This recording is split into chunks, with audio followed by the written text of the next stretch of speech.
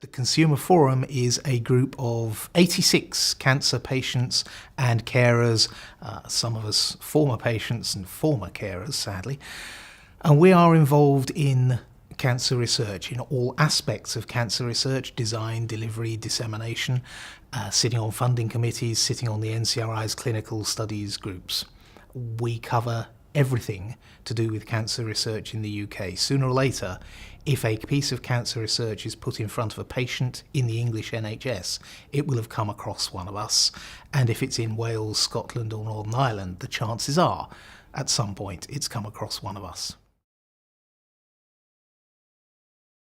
There are two reasons why the forum itself is important. I think first and foremost is the importance of simply having patient involvement and carer involvement in cancer research. We are the users of the product. It's why in the NCRI we actually use the word consumer. It is to indicate that we are the users, and also, of course, we are paying for the product. We pay our taxes, we make our contributions to charities. It is our NHS service and our money, again through taxation, that pays for the drugs and the treatments we have. So we pay for the product, we use the product, which is why we are consumers.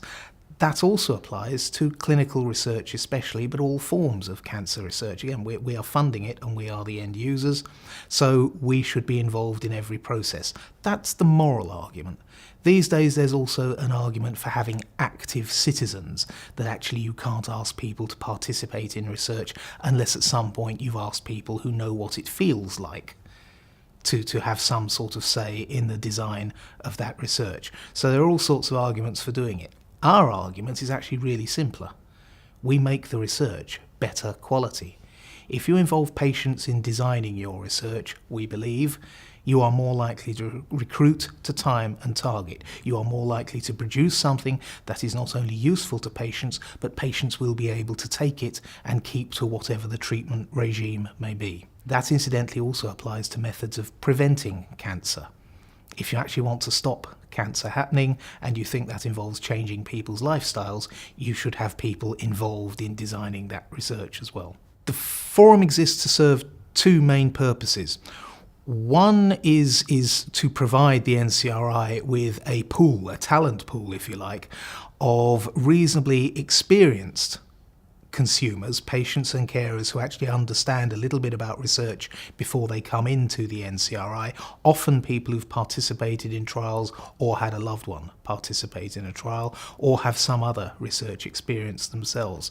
So that's first and foremost what we do. We are a talent pool to serve the NCRI. But secondly and increasingly, we are a group that's beginning to hear the sound of its own voice in a position of advocacy and also in a position of undertaking research ourselves, which is one of the reasons I'm here at conference this year. One of the things I am doing is actually presenting a research paper that we've carried out in the National Cancer Patient Experience Survey results.